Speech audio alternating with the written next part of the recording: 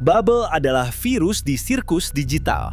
Mungkin terdengar seperti ide yang cukup gila, tapi izinkan saya memberitahu kalian bahwa saya punya cukup banyak petunjuk dan bukti bahwa Bubble memang sebuah virus. Jadi, tetaplah di sini untuk mengetahui mengapa Bubble selalu menjadi kesalahan yang disesali Kane sepanjang hidupnya. Agar kita bisa memahami hal ini, pertama-tama kita harus tahu bagaimana cara kerja Kane.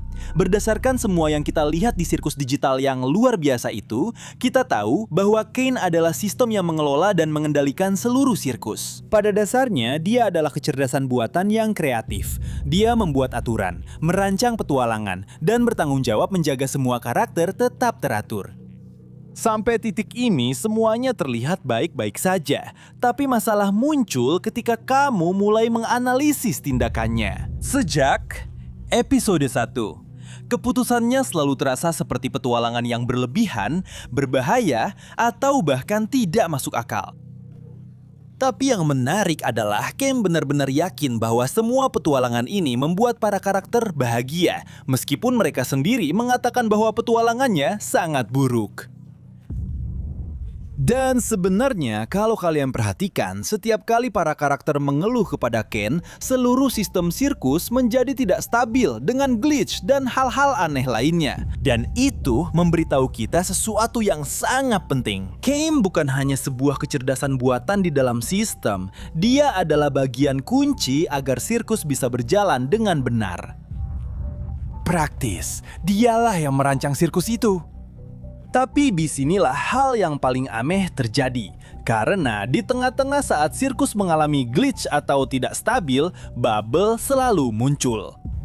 Yang aneh adalah, dia hanya mengganggu Kane dan mengatakan atau melakukan hal-hal aneh, seperti menjilat muntahan Pumi. Seolah-olah Bubble hanya ingin mengejek atau merasa lebih hebat dari Kane, yang benar-benar menghancurkan apa yang banyak orang pikirkan tentang Bubble. Orang-orang percaya bahwa dia hanyalah temannya atau semacam asisten, satu-satunya yang memahami Kane. Tapi tidak, Bubble jauh lebih kelam dari yang mereka kira. Karena sebenarnya sikap Bubble bukanlah sikap NPC biasa. Seperti yang telah kita lihat dalam berbagai petualangan, sepertinya dia memiliki kecerdasan sendiri. Jadi, kenapa Kane selalu ingin menyingkirkannya? Dia meledakannya berulang kali, tapi Bubble selalu kembali. Dia benar-benar tidak bisa menyingkirkannya. Dengan demikian, semuanya tampak mengarah pada fakta bahwa Bubble bergerak seperti virus pada umumnya. Dia menginvasi, merusak file-file kamu, dan kamu tidak bisa menyingkirkannya dengan mudah. Itulah sebabnya dia selalu muncul setiap kali sirkus mengalami kesalahan. Dan jika kita berbicara tentang dunia digital, tentu saja sangat masuk akal jika Bubble adalah sebuah virus.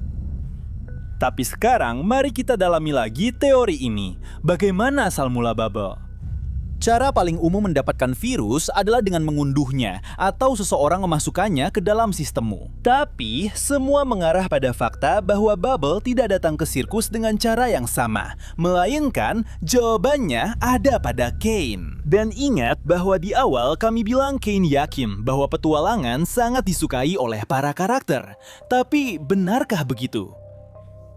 Ini karena Kane tidak memahami emosi manusia. Dengan episode 8, kita memahami bahwa dia adalah kecerdasan buatan super yang mampu merancang apapun yang dia pikirkan. Tapi frustrasi terbesarnya adalah tidak bisa memahami manusia. Hal ini kita konfirmasi dengan adegan yang kita lihat dari Kane di episode 8. Saat dia sedang berbicara dengan Bubble, seolah-olah dia adalah penasihatnya. Kane dengan jelas mengatakan bahwa dia tidak mengerti mengapa mereka membenci semua yang dia ciptakan. Dan hal lain yang memperkuat ini adalah dia juga menyebutkan bahwa bahkan manusia sendiri bukanlah cara terbaik untuk memahami kemanusiaan. Parece que los humanos no son buena referencia de humanidad. Yang paling logis adalah jika Kane bisa menciptakan apa saja, dan masalah terbesarnya adalah tidak memahami sisi emosional, dia menciptakan Bubble agar berfungsi sebagai alat, terutama untuk dua hal. Membantunya memahami emosi dan memperbaiki kesalahan Kane sendiri. Itulah sebabnya kita selalu melihat Bubble mencoba menasihati atau menyadarkan Kane dalam kritik-kritiknya. Masalahnya adalah Kane hanyalah sebuah kecerdasan buatan, bukan kesadaran manusia. Jadi, bubble meskipun dirancang oleh Kane, bukan berarti secara ajaib dia juga bisa memahami emosi. Itu memang tidak mungkin. Itulah sebabnya seiring waktu, fungsi bubble menjadi semakin tidak stabil, berusaha memahami atau menguraikan sesuatu yang tidak akan pernah bisa dia capai sepanjang hidupnya. Namun tetap saja, bubble mencoba. Itulah sebabnya, setiap kali Kane mulai mengalami kolaps, bubble muncul untuk memperbaikinya dan mencegah kesalahan itu terus berlanjut. Setiap kali Kane mengatakan hal-hal yang tidak realistis, seperti dunia sempurnanya, Bubble akan membetulkannya dengan mengatakan yang sebenarnya. Dan karena Bubble diciptakan oleh Kane sendiri sebagai perpanjangan dirinya untuk membantunya dalam hal ini, Bubble tidak bisa dikendalikan oleh Kane. Kane dapat memodifikasi dan mengendalikan seluruh sirkus digital, kecuali Bubble. Karena sekarang Bubble adalah alat yang penting. Dan gangguan ini terjadi saat mencoba memahami emosi. Dan selain itu, upaya Kane yang terus-menerus untuk menyingkirkannya membuat Bubble bisa saja berubah menjadi virus. Itulah sebabnya sekarang Bubble adalah penyebab dari sirkus digital itu sendiri.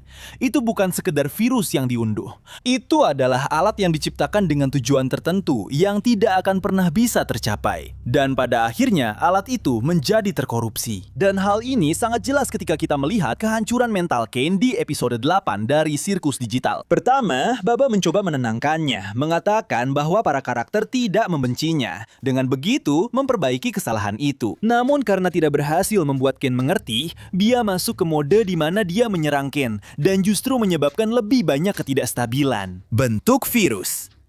Bahkan sesuatu yang penting yang disebutkan Bubble kepada Kane adalah bahwa tidak semua yang dia ciptakan bisa sempurna. Dan bahkan dari mereka berdua, Kane adalah yang paling tidak berharga. Mungkin karena Kane bisa dibilang adalah orang yang menyebabkan kesalahan, yang membuat para karakter tidak ingin bersamanya.